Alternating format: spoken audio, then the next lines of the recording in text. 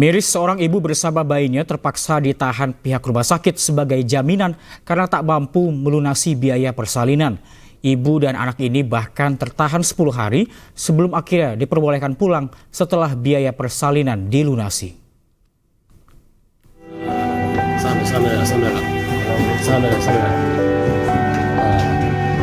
Tangis haru di Suar Effendi dan istrinya Nur Habibah tak terbendung lantaran mereka tidak bisa membawa bayi yang baru dilahirkan sang istri pulang ke rumah akibat menunggak biaya persalinan. Sejak 10 hari pasca melahirkan, ibu beserta bayinya tersebut tak bisa keluar dari Rumah Sakit Permata Madinah, Mandailing Natal, Sumatera Utara, lantaran belum melunasi seluruh biaya persalinan yang mencapai belasan juta rupiah. Berbagai upaya telah dilakukan termaksud permohonan keringanan biaya, namun diketahui kartu BPJS sang ibu juga sudah tak berlaku lantaran menunggak iuran selama 2 tahun. Oh, tertunggak, Pak. Tertunggak ya, artinya nggak punya biaya lah kita nih? Kami nggak punya biaya. Oke, berapa lah tertunggak di rumah sakit ini sehingga ditahan gitu? Kisar belasan juta, Pak. Belasan. Melalui curhatan sang suami, peristiwa ini pun sempat viral dan membuat sejumlah orang terketuk untuk membantu. Dapat infonya seperti apa? Dapat info dari masyarakat, ada yang perlu sangat bantuan, terus ya kami Langsung turun tangan ya, Bang? turun tangan, mudah-mudahan bisa bermanfaat sama rakyat. Kini pasangan suami istri Diswar dan Nur Habibah dapat tersenyum kembali setelah seluruh biaya persalinan ditanggung sang dermawan dan mereka bisa secepatnya pulang ke rumah. Dari Mandailing Natal, Sumatera Utara, Ahmad Hussein Lubis, iNews melaporkan. Badan Narkotika Nasional menggerebek rumah mewah yang dijadikan sebagai tempat produksi narkoba. 10 orang berhasil ditangkap dalam penggerebekan.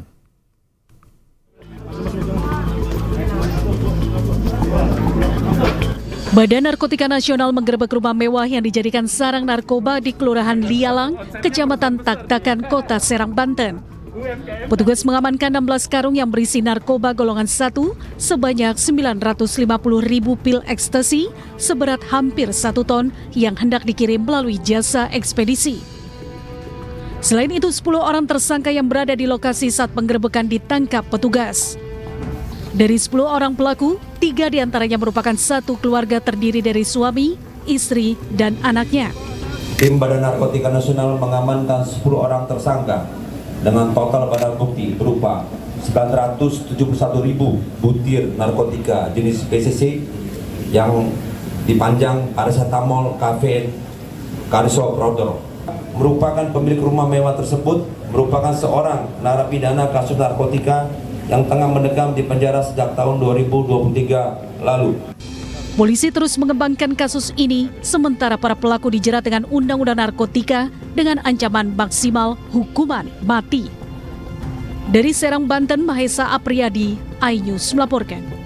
Sidang peninjauan kembali Sudirman, terpidana kasus kematian Vina dan Eki, kembali digelar di Pengadilan Negeri Kota Cirebon, Jawa Barat pada hari ini. Dalam sidang kali ini, kuasa hukum Sudirman menghadirkan saksi alibi dan saksi ahli pidana.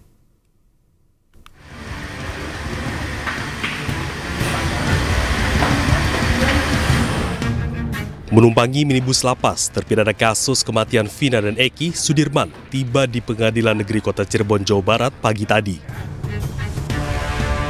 Sudirman diagendakan mengikuti sidang lanjutan peninjauan kembali yang beragendakan pembacaan tanggapan dari jaksa selaku termohon terkait novum yang sebelumnya dibacakan dan diserahkan ke pemohon ke majelis hakim pada sidang perdana Rabu pekan lalu. Sejumlah anggota keluarga Sudirman terlihat hadir di pengadilan. Bahkan, agar tidak merasakan sakit saat menjalani sidang, keluarga membawa korset atau pakaian dalam penggangga tubuh agar Sudirman bisa duduk lama. Keluarga mengatakan Sudirman tidak bisa duduk lama lantaran bekas luka tembakan peluru karet yang dialami saat penyiksaan oleh oknum polisi 2016 silam. Sementara kuasa hukum Sudirman menyebut dalam sidang kali ini pihaknya telah menyiapkan bukti surat, menghadirkan 2 saksi alibi serta seorang saksi ahli pidana. Kalau 2 jam atau lebih itu sakit. Jadi saya beliin dari netizen juga sih tadi. Kita dibantukan situ. Nah itu dipakai sekarang dan untuk nanti. Kalau tidak memakai korset itu kenapa katanya, Mbak? Sakit, rasa sakit. Oh, sakit. Iya, jadi nggak terlalu lama duduknya. Karena apa sakitnya? Ini bisa membantu ya, meringankan gitu ya. Sakitnya kenapa? Sakitnya ya bekas waktu itu. Kenapa itu? Luka waktu apa? bekas tembakan itu. Oh, tembakan yang Iya. peluru karet itu Iya, ya? peluru karet itu ya. Jadi dia masih sakit di 7 Agustus 2016 yang lalu dia tidak di warung Bu Nining, tapi punya alibi dia ada di rumah. Saksi alibi yang melihat dia di rumah inilah yang kita hadirkan, itu aja sih. Ada berapa saksi alibi, Bang, yang akan dihadirkan? Ada 2 ya, ada 2 apa 3, kemudian ada saksi ahli yang kita akan mau hadirkan, itu aja. Itu saksi ahli dari mana saja? Ada pidana ahli. Pihak keluarga dan kuasa hukum Sudirman juga meyakini dalam kasus kematian Vina dan Eki murni kecelakaan lalu lintas, bukan pembunuhan. Dari Cirebon, Jawa Barat, Toy Iskandar, iNews melaporkan. 7 terpidana kasus pembunuhan Vina dan Eki telah menjalani rangkaian sidang peninjauan kembali. Sejumlah saksi telah dihadirkan kuasa hukum guna membuktikan mereka tidak terlibat sama sekali dengan peristiwa itu.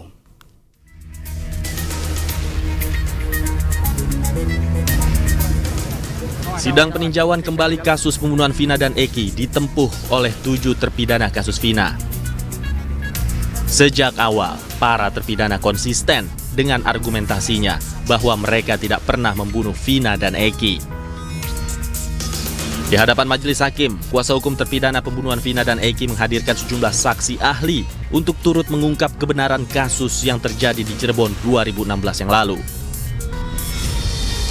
Saksi-saksi tersebut diantaranya ahli pidana, ahli laka lantas, ahli kedokteran, ahli mata, dan juga 2 saksi fakta yang merupakan kuasa hukum terpidana kasus Vina tahun 2016 dan 2017. Dari keterangan ahli bagaimana? Salah satu saksi yang dihadirkan adalah mantan Kabar Reskrim Polri Komjen Purnawirawan Susno Duaji. Susno memastikan kematian Vina dan Eki disebabkan kecelakaan tunggal sesuai penyelidikan awal Polres Cirebon. Ini kan sudah terbukti, kan sudah selesai mestinya. Terbukti seperti apa, Pak? Yang kecelakaan lalu lintas siapa yang bilang bukan kecelakaan lalu lintas? Kenapa Pak meyakini itu kecelakaan lalu lintas? Bukan saya meyakini, itu hasil pemeriksaan Polres kecelakaan lalu lintas. Masa saya sebagai mantan Kapolda menaibkan itu? Terus apa aja Pak yang diberikan kesaksiannya, Pak? Ya, kesaksian tentang jalannya pemeriksaan bagaimana ya. Saya bilang jalannya pemeriksaan babeliut. Selain Susno Duaji, sidang peninjauan kembali terpidana kasus pembunuhan Vina juga menghadirkan tokoh Jawa Barat, Deddy Mulyadi. Deddy Mulyadi memberi keterangan seputar aktivitasnya menelusuri penyebab utama kematian Vina yang mencuat sejak viralnya kasus ini. Sementara tim kuasa hukum terpidana kasus Vina juga menghadirkan psikolog forensik Reza Indragiri untuk memberikan keterangannya di sidang PK terpidana kasus Vina. Tim Liputan iNews melaporkan. Kita beralih ke informasi lainnya, pemirsa. Pameran berskala internasional yang akan menampilkan teknologi pengolahan dan pengemasan makanan, kosmetik, dan industri terkait lainnya akan hadir di Jakarta. Pameran ini diikuti 1.500 peserta dari 30 negara.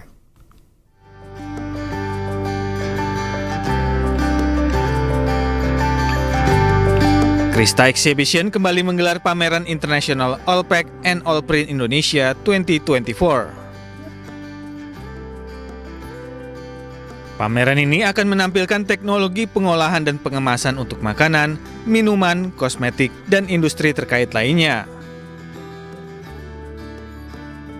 Berlangsung pada 9 hingga 12 Oktober 2024 di G-Expo Kemayoran, pameran ini diprediksi akan menjadi ajang penentu bagi pelaku industri yang ingin bersaing di pasar dalam negeri hingga internasional. Kali ini mengalami peningkatan dibanding 2023, yaitu diikuti oleh 1.500 peserta dari 30 negara dan menempati seluruh area G-Expo Kemayoran, plus kita membangun hall tenda sebesar 7.500 meter persegi. Pameran ini sebenarnya akan membuka cakrawala bagi produsen itu untuk memilih produk-produk yang memang saat ini bisa renewable, artinya bisa diolah kembali, dan ini kan sasaran kita saat ini, dan ramah lingkungan. Acara ini mendapat dukungan dari Kementerian Perindustrian, Kementerian Perdagangan, dan Indonesia Packaging Federation. Dari Jakarta, Anggita Maura dan Di Bernadi, iNews melaporkan. Ya, dorong teknologi ramah lingkungan, bakat mekanik anak muda Aceh konversi 7 kendaraan listrik. Pengembangan kendaraan listrik mampu mendorong teknologi yang ramah lingkungan. Belasan anak muda di Aceh mengembangkan bakat dalam teknologi kendaraan listrik lewat pelatihan sertifikasi konversi kendaraan listrik di workshop teknologi Gedung Amanah Ladong Aceh Besar. Berkolaborasi dengan perusahaan yang berpengalaman dalam konversi listrik, mereka berhasil mengkonversi 7 sepeda motor listrik. Dengan pelatihan ini diharapkan tidak hanya mencetak mekanik bersertifikasi, tetapi juga berkontribusi dalam pengembangan teknologi ramah lingkungan di Bumi Serambi Mekah.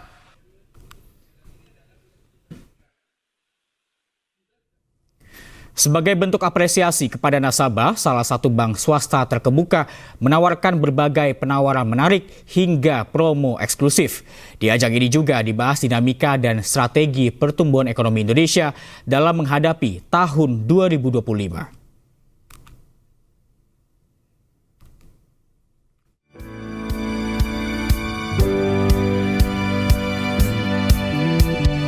Mengusung tema Charting Indonesia Economic Path Transition and Growth, World Expo menghadirkan para ahli terkemuka yang membahas dinamika dan strategi pertumbuhan ekonomi Indonesia dalam menghadapi tahun 2025. Rangkaian ulang tahun CIMB Niaga juga dilengkapi dengan Extra Expo yang menghadirkan beragam penawaran spesial dari produk-produk unggulan CIMB Niaga untuk para nasabah setia. Bahkan tahun ini, Extra Expo menawarkan poin extra deals diskon 50% dengan kuota melimpah hingga 69.000 kuota di 3 kota yang bisa digunakan untuk belanja berbagai produk di merchant seperti gadget, travel, dan lifestyle. Nantinya kegiatan ini akan dilakukan di Surabaya dan Medan. Tak hanya keuntungan bagi nasabah, ajang ini juga memberikan program menarik untuk nasabah baru yang baru membuka tabungan, kartu kredit, dan produk-produk lainnya. Salah satu yang paling menarik adalah pembukaan tabungan mulai dari Rp100.000 bisa berkesempatan untuk memenangkan undian emas dengan total 690 gram.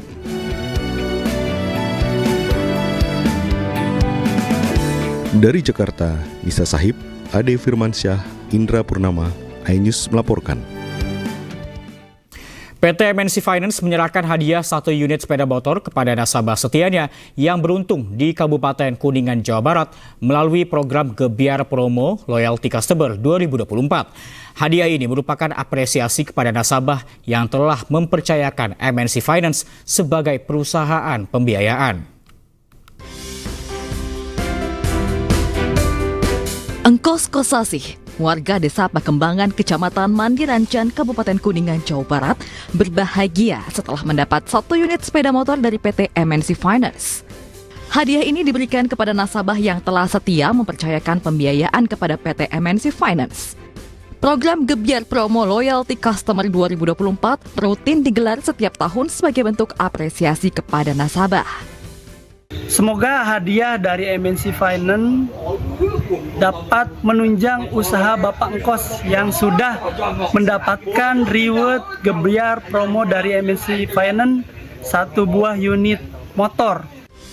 Kemudahan proses pengajuan sampai pencairan serta dengan bunga yang ringan membuat Engkos tetap setia menjadi nasabah MNC Finance hingga 4 tahun terakhir. Saya dapat hadiah motor, saya senang banget dan semoga bisa bermanfaat. MNC prosesnya cepat, singkat. MNC banyak promo, banyak hadiahnya juga. Melalui program Gebyar Promo ini diharapkan hubungan antara MNC Finance dengan nasabahnya makin terasa dekat. Dari Kabupaten Kuningan, Jawa Barat, Miftahudin, iNews melaporkan.